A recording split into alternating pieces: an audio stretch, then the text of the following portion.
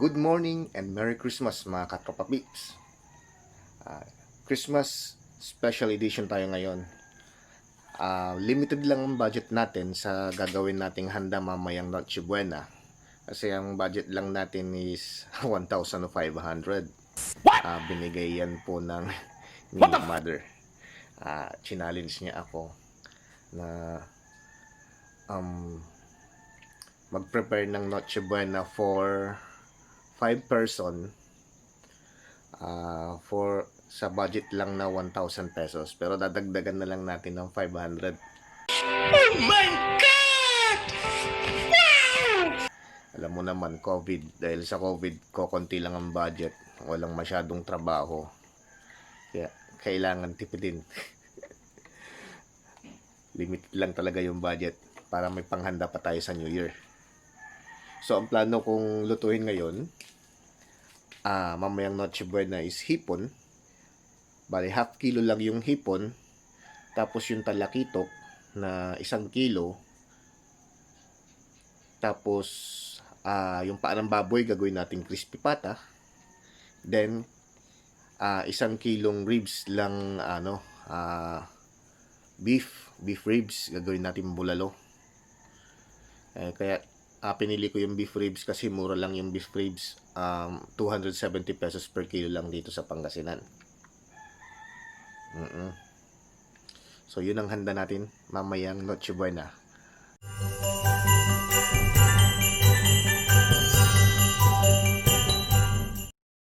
So una natin gagawin, palalambutin natin yung paa ng baboy para sa crispy pata mamayang gabi.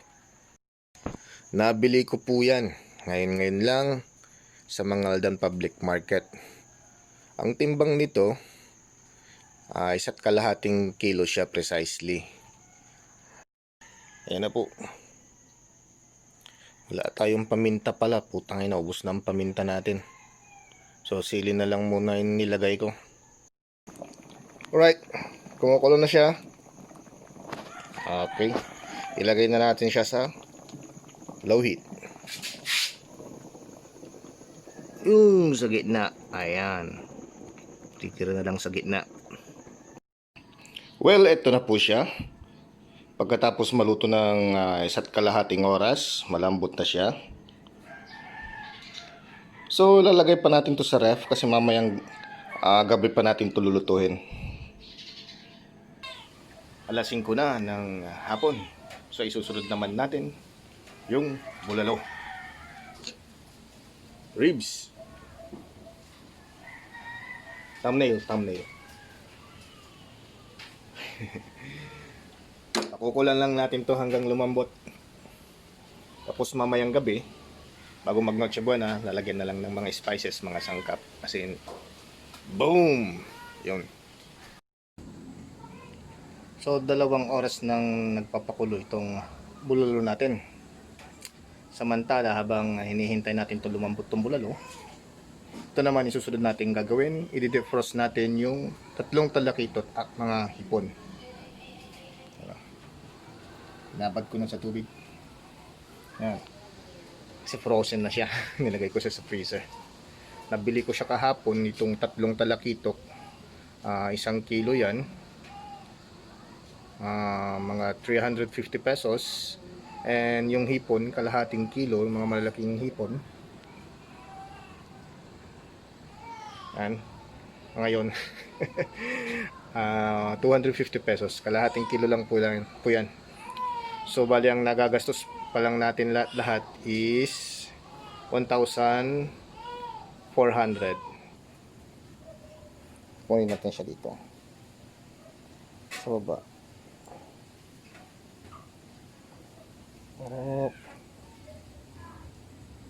Yan.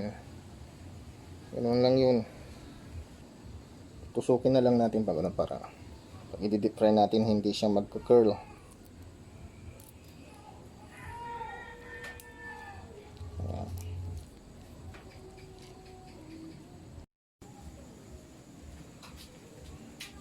Ayan na siya at mainit na yung kawali. Ihanda natin ang ating kalasab. para makita habang turunito ito at pumuputok. So mag-ingat po kayo.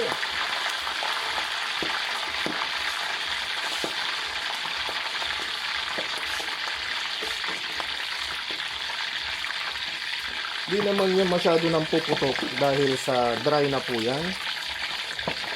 Konti na lang po ang tubig. Ay ko! Sorry! Mali! Ginawa ko po yun para hindi ako maputukan.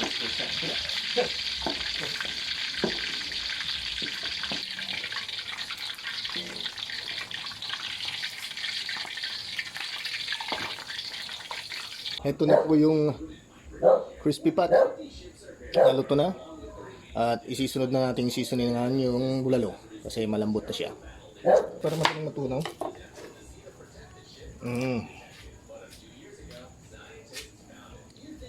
So, ilalagay na lang natin tong pechay pag isa-serve na. Maganda pag ganun.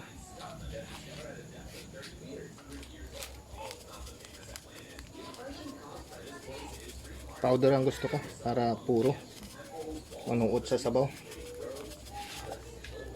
Sabi nga ni Uncle Roger, naglagan ng bitchin.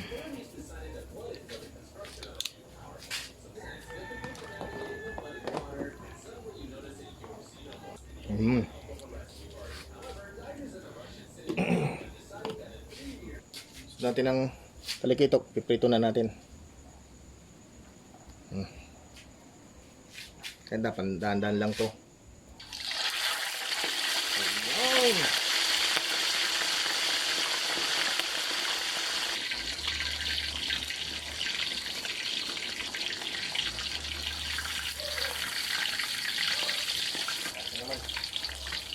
Okay.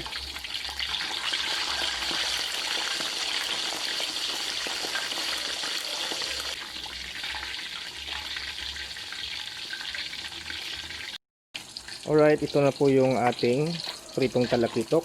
Magpiprito po na po tayo ng isa pa. Huli na po yun. Okay, gagawin natin sarsyado sa tomato sauce. Yan na po ang ating susunod. Ang hipon. I-deep fry din natin yan doon sa pinagprituhan natin ng crispy pata at ng isda. So, simple lang ang ingredients nito. Natin ang paminta. Paminta lang yan. Huwag lang asin.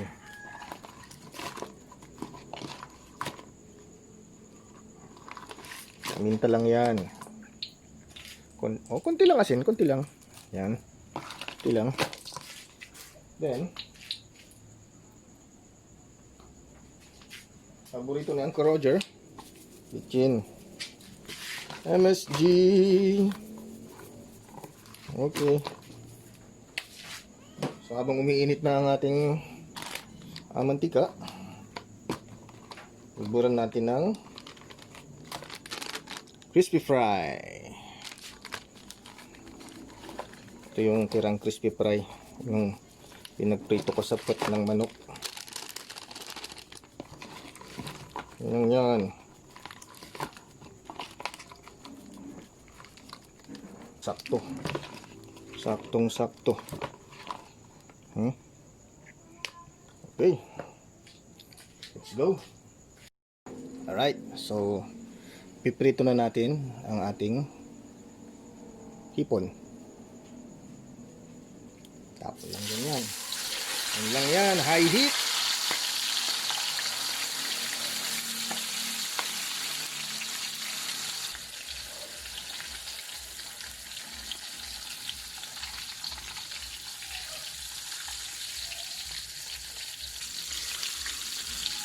Madalian lang to kasi madaling maluto ang hipon. So, okay na to.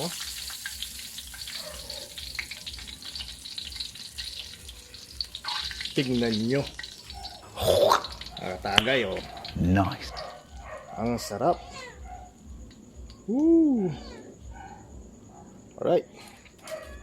Let's go full blast.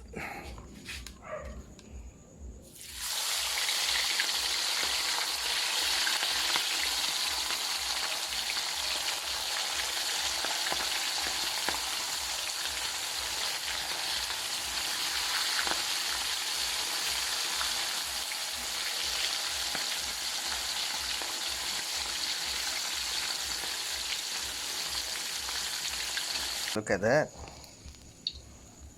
Ah.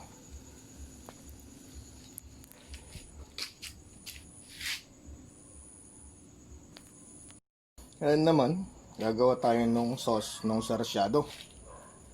Ito, sibuyas, bawang,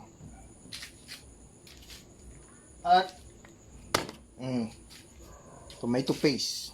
Dahil ang mahal ng kamatis, yan na lang. 10 pesos lang. At imbis na itlog ang ilalagay natin, salted egg. Right? Isa na natin. Ay na, binalibag ng binalibag eh. Aayusin din naman. Natin dito sa gilid. Itlong ganito.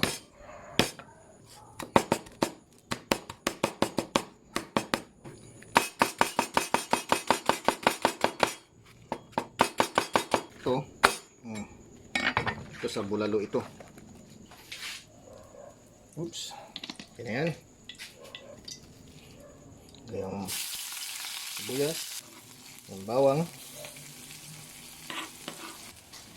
tomato paste,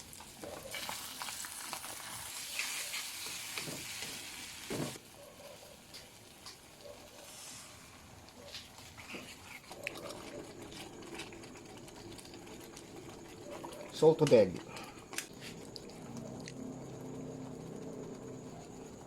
likom key.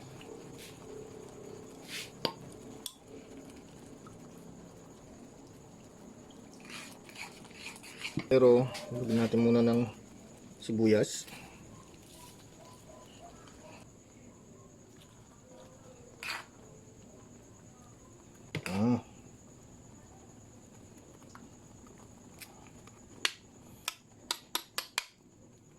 Yan. Ganyan siya. Nice. Tangin ng pangit ng design. Pangit na. Okay na yan. So mga katropa, ito na po yun. Noche Buena na worth 1,500. Simple lang naman ito. May sabaw kami, na may gulay din. Hipon, yung sugpo, talakitok, at crispy pata. Ayan, Merry Christmas po sa lahat. Shout out din sa mga subscriber ko, yung mga 210 dyan. Salamat at nagtitiis pa rin kayo sa akin. Merry Christmas sa inyo at sa inyong mga pamilya. Yan.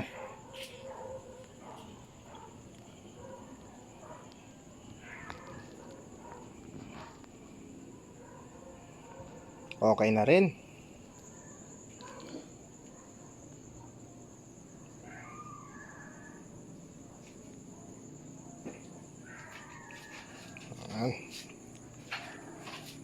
Sa susunod din sa New Year sana, no? May budget din sana. Birthday din ni Mrs. eh.